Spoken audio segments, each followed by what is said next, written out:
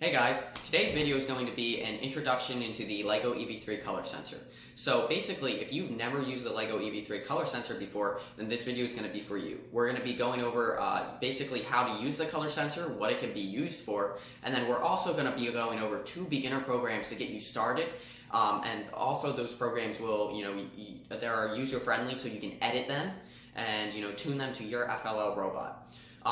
This video today is going to be part 1 of a 3-video series. So after today's video, once you feel that you have the knowledge, and you're pretty fluent in what you learn in today's video, what you're going to do is you can watch part 2 and 3 of this video series and then get some more advanced knowledge on navigating the FLL board with the color sensor and some more advanced programming. If you have any comments about any future videos you would like me to make, please comment them in the section below, and I'll try to get through those as soon as possible. Today's video series is actually a requested video series, so I do those video series for you guys that are commenting. With that said, I think it's time to get started. Alright guys, so before we get started on the coding side of things, what we're going to do is we're going to talk about basically the sensor itself. That way you can get an understanding, a better understanding of what you're going to be coding and the things you need to keep in mind when coding these functions. So, let's take a look at this robot. So, basically what we're going to look at is on the bottom of the robot, here's our 3 color sensors. So, if I look at the color sensors a little bit closely, you can see that they're mounted pretty good, right? I'm twisting it. I mean, it is moving, but not much, right? So, they're mounted pretty good. Now, let me show you what you shouldn't have on your robot. Let me advise what you shouldn't have. So, if I take this sensor, right? Let me just connect this real quick. Let's say I have my sensor like this, right? So that's okay, except like if you mount it like that. Here's the problem though. If the sensor's pivoting like that and it's not mounted securely, that's going to cause problems because when you're measuring lines and stuff, you calculate it exactly to where the distance, the reading of the sensor at its current distance. So if the distance moves like that, then it's going to throw your whole program off when you get to competition or, whenever it moves like that. So you need to make sure your sensors are mounted very securely and that they're not going to be moving. So let me take that back off. Like I said, these sensors on the bottom of the robot, they're mounted really securely. They can't really move. And we just used, we just stuck an axle through them, really. Stuck some extra support through them. So, the other thing is, let me just show you with this dummy sensor. Basically, what you're going to keep in mind is, let's say your robot's approaching the line, right? And you want to stop on the line. So your robot's approaching the line, it stops on the black line. So let's just say you want your robot to drive out of base looking for a black line and then stop on it. So what are the problems you're going to be encountering? Well, let's take a look. Let's take our robot here. Let's drive it forward, and we're going to say that once you hit a black, line or whatever, stop. So that, in your head, you're thinking, oh, it's going to hit right here and stop, right? That's not the case. So let me show you what you want to, and why. Let me show you why and what you want to avoid. So you can see here, the robot is actually going to hit this first, and even though this isn't a black line, because it's still the same color, the color black, it's going to stop on this line instead. Well, that's a problem because you want to stop on this line and not that one. So, how do you prevent that? The way to prevent that is basically, you can just make your robot drive manually through rotations, make it drive past that obstacle, such as this black outer ring, and then turn on your sensors to start, looking for the line. So basically what you would want to do is have your robot drive forward, say 2 rotations. As long as it gets you past and pretty close to this line, then activate your sensors and start looking for the line. And the next object that's black is the line. And so it's going to then stop on this line. So you really want to keep that in mind when, making your robot vary across the field, because the other things is this color purple. So in some parts of the board, it might be pretty close to the color black. So a good rule of thumb when, trying to stop on lines or follow lines is that you want to use rotations to get your robot as close to the line as possible, or as close to the white as possible, like there, and then activate your sensors. That way it doesn't have, much of a chance to hit some other color and, get activated prior to when you intended it to be activated. So let's just recap that. You need to have your sensors mounted in a very secure location to where they're not going to move. And then you also need to keep in mind, what lines you're going to be following and what colors on the field. So, those are some critical things you really need to keep in mind. The other thing you need to keep in mind is you need to really pick a target on where you're going to be using this line following code. So basically, let's say like it's not a good idea to say, drive, let's make our robot drive forward, and when it hits purple, do a certain function. Well, it's going to drive forward and hit the purple, right? And then do a certain function. Well, that doesn't really help because it can hit the purple here. If your robot's off, it can hit the purple over here. If it's off even more, it could hit the purple over here or something like that. And yes, it does scan the color purple and do exactly what you tell it to do, but it doesn't really correct the problem of using sensors, which you're using sensors to get accuracy. So if you're, then taking your sensors and, making it so they're not accurate, that they don't make your robot, come back on course, then there's no really point to using them in the first place at all. So when you use something like a line like this, if you're coming in, you can, this line is the only line in this area. And so, if you come on the line like that, then, you can read it and drive forward or something like that. But, that's a good thing. You want to make sure that you target like lines or specific areas. So like if you're targeting, you don't want to target like big areas, little points on the field. That way your robot will actually be accurate because it'll line up to that specific point, and then you can program from there, and it's a lot easier.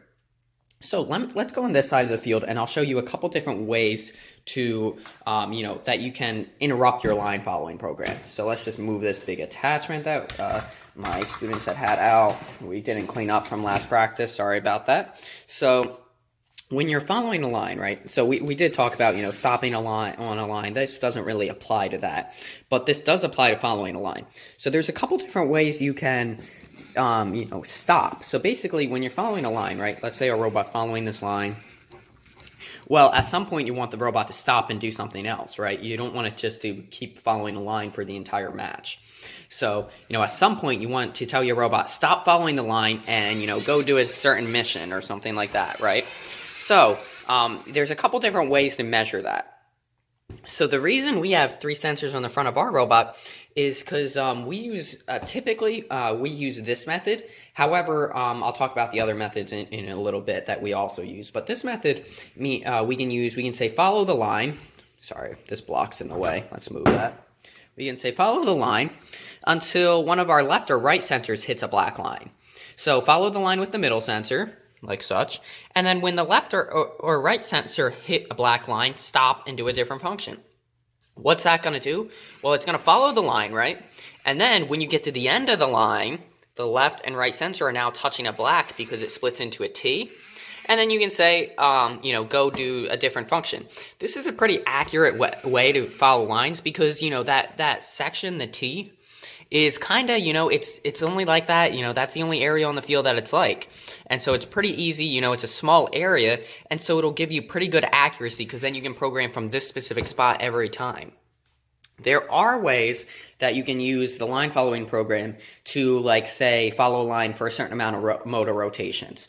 So my team has used that in the past, and you can use that, but just beware that, like, let's say the downside of that is that you really have to code fairly accurately, and it only works in certain situations. The reason being that, let's say your robot hits the line here, and starts following it, let's say 1 rotation, right? And then it goes and does a different function. Well, what if your robot hits here sometimes, and then other times your robot might not be as accurate coming out of base, and then it hits here other times? Well, when you turn and then start following the line, it's going to shift your robot 1 rotation. It's going to shift your robot either farther forward or farther backwards, depending on when it initially hit the line. So that's the problem with rotations. You can use them, but you have to make sure that you're hitting the line in, generally the same area of the line when using rotations to limit that. That way your robot does, kind of give you a point to program off of, and it does help with accuracy. So now that you have a basic understanding of, the ways that you want to use these color sensors, let's go on to the coding side of things and talk about that. Right, so because there's so much to kind of, grasp onto when you're so new to these color sensors, what we're going to be doing is I'm actually going to be splitting into the programming side into 3 different parts. That way, you can grasp the general understanding in the first part. The second part will be a little more advanced, and then the third part will be a little more advanced. The reason I'm split it into 3 videos is that way, again, you can, watch the first video. You can, spend some time time to understand the content in it a bit more. And then when you feel comfortable, you can move on to the second and third part and, get a little bit further knowledge on that. So in this first part, what we're going to be going over is first 2 different programs we're going to be working on. So one program is going to be a follow line program. Basically what we're going to be doing is you're going to start your robot on a black line, and it's going to follow that black line to the end. The other program we're going to be working on is line detecting. So basically you'll start your robot 6 inches or so away from a black line. It's just going to drive forward, hit that black line, and stop. So with that said, let's get started into this coding. So basically, like I said, with this one, we want to start a robot a couple inches away, and then we want to drive forward and stop on the black line when we reach it. So some of the things you want to keep in mind is, well, let's start with this first, actually. So let's say we want to drive forward, like I said, and go to the black line. So if you pull a move steering block out, you can drive forward straight, right? You don't set it to any curve, you just set it to 0, and that'll help you drive straight. Now, obviously, you guys know this if you've programmed in this software before. You know that normally you set rotations and speed, right? Well, in this case, we're not really worried about rotations. Like I said, we're gonna make our robot drive forward until it hits the black line and then stop on it. So you can't really put that into rotations. So to do that, what we're going to do is we're going to click this block right here, and it kind of opens up like a couple different functions for your motors, your drive motors. So we are actually going to click the on button. So what that does is it removes the rotations and it removes the distance out of the equation for driving forward. So basically it just makes your robot drive forward unlimited until you stop it. So we want that to happen because we want to drive forward unlimited until we choose, to stop it, which we will choose to stop it on the black line, right? So we're going to drive forward unlimited until the robot hits a black line and then stops.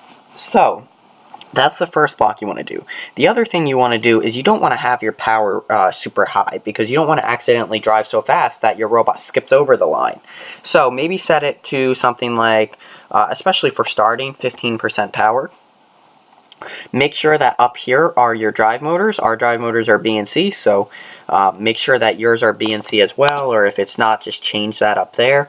The next thing you want to do, like I said, is we want to choose when we want to stop our driving forward. So we want to stop it on the black line. So to do that, if you go into this orange section here, the flow control, if you drag one of these weight blocks up here that has an hourglass on it, you can go into a bunch of different sensor modes. So obviously we're using the color sensor, so you want to go into there. You want to go into the change option, the compare option, and you want to go into the color. So let's talk about how to set up this block. So the first thing is make sure it's on the correct port. So whatever your color sensor is plugged into, make sure that this block is assigned to that port. So in our case, one of our color sensors is plugged into 2. So we'll set it to 2. The other thing is this right here is going to be, you're going to be telling it what color is the color sensor looking for. So it defaults to red. You want to uncheck that and then click black. If you don't uncheck it and you just go in and click black, it adds black. So you want to uncheck red and then click black. Then you just click on to the side and that'll set it to black. So basically you're saying drive forward unlimited, and the color sensor is going to be, until the color sensor finds what it's looking for, which is a black line. So drive forward unlimited until the color sensor sees black, and now you have to set it to stop on the black line. Because, if you drive forward unlimited, you can say drive forward unlimited until you see black, but then you're not telling it what to do. You want it to stop on the black line. So to make your robot stop, what you want to do is drag another move steering block out here. Make sure it's set to your drive motors again. And instead of clicking on, you click off, and that's going to stop your robot. So if we run this program right now, you'll get to see how this works. Alright, so before we run this line targeting program, what we're going to be keeping in mind is first make sure your sensors are on. Our sensors are on, so we're good to go. Also, I'm going to start this robot, around 6 inches away from the line. So let's run the program and see exactly how it works. Let's see. Alright, let's see. Alright, so it stopped. Let's see how close it was to the line. Looks pretty exact to me. I mean, it's right there on the right on the line. So something to keep in mind when using the line targeting is that most of the time it does stop slightly before the line, before the sensor reads a full line. Basically because it says the majority of the line, or the majority of the sensor is reading black, and so it has read a black line. Alright, so let's move into the line following program, take a look how that one works out. That program worked awesome. So now let's talk about a little bit more of an advanced section. If you're still feeling uncomfortable with this first program, which is the line detecting, I would recommend, messing around with it some more before we move on to the line following section, because it kind of like, it repeats some of the same, functions that we use in the line detecting section. So make sure you're comfortable with the line detecting before attempting this follow line program. So basically what we're going to talk about is, how to follow a line. For today's video, we're going to just start our robot already on the black line, and we're just going to make it follow the line. Basically let's talk about how a robot follows a line and the general concept. So let's talk about that. So if I move to here, this red line is going to act as, the sensor on your robot. So if you look, here's the black line we're following, and this red line is going to act as though the sensor that's on the robot. So what we want to see is basically what I'm trying to get at, and my point here is that to follow a line, the general idea is that your sensor bobbles back and forth between the lines. So it'll see the black line, like it does here, then it bounces off the line, and then it comes back, and it bounces off and comes back. And this is kind of how your robot follows a line. Of course, it's not this big of a distance that it bobbles back and forth, but this is the general concept, is that your sensor goes to the left of the line and then back on the line. It goes to the left of the line and then back on the line. And it just repeats that over and over until you get to the end of the line. And that's kind of how robots follow lines. So let's go back to our coding and take a look at how we are actually going to be, accomplishing this task today.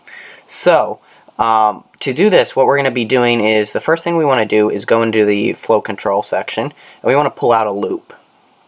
So what's this loop do? So a loop basically is a block where whatever you put inside of it, it's going to repeat that function over and over again.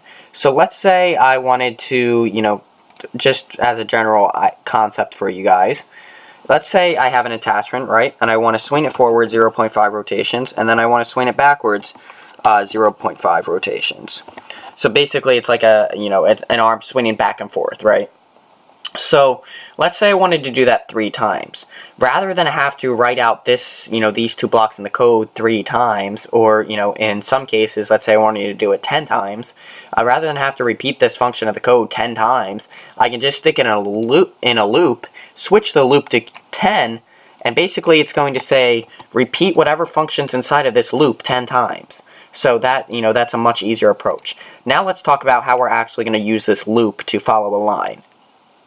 So go ahead and set your loop back to unlimited, which is the default. Let's get rid of these blocks because those were just for example purposes.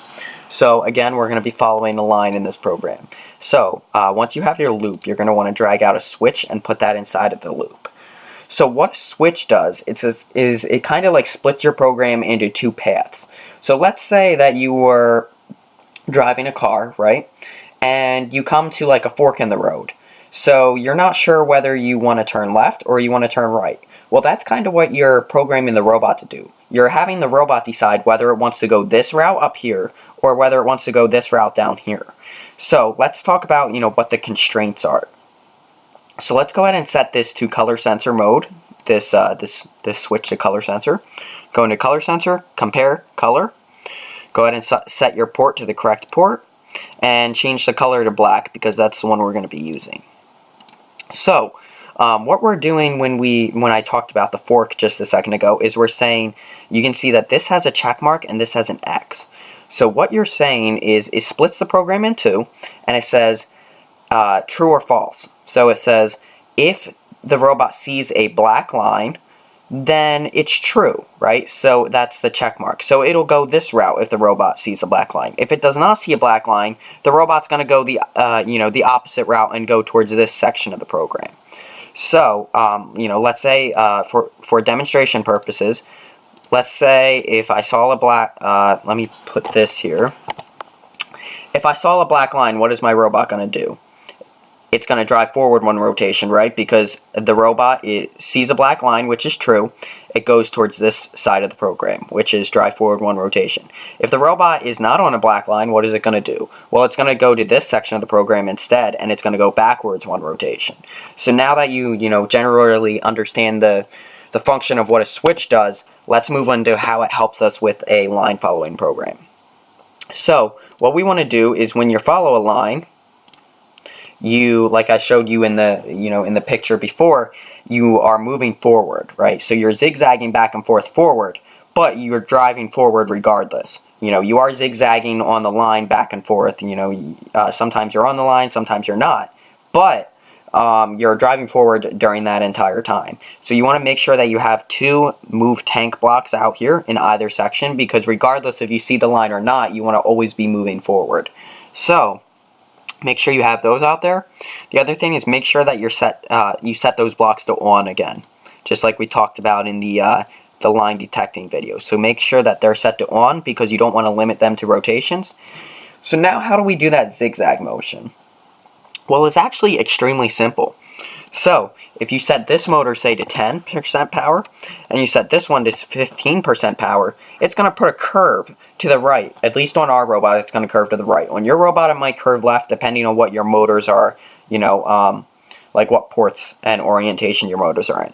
But this is going to curve the motor, because one of them's spinning faster than the other. So how do I make it curve the opposite way? Well, I do the exact same thing, only I reverse it.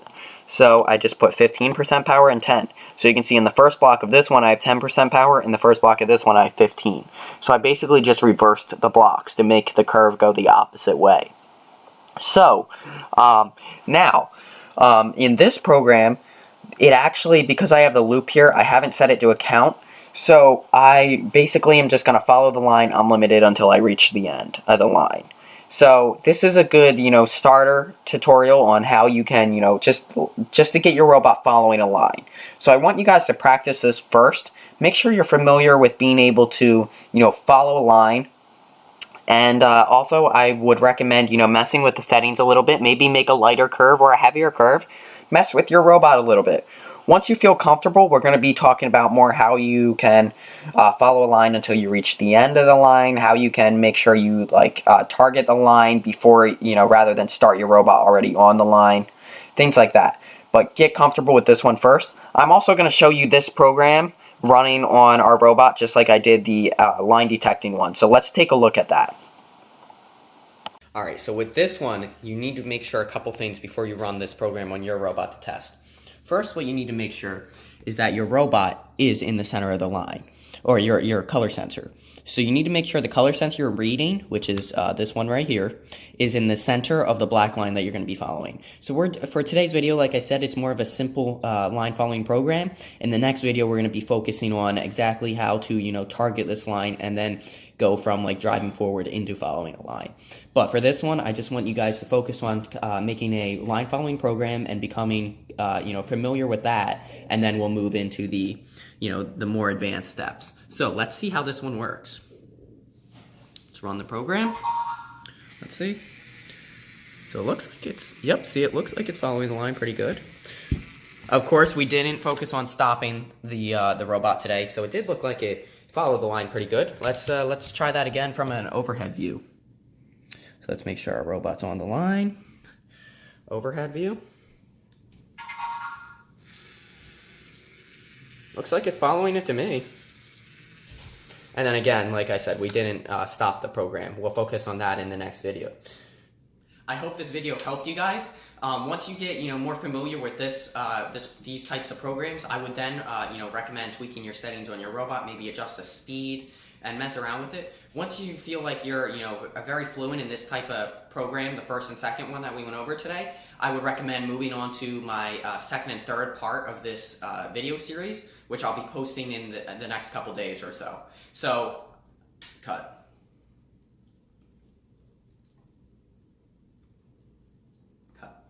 So if you're new to the color sensor, I would recommend making sure that you focus a lot of time on these beginning 2 programs that we just went over.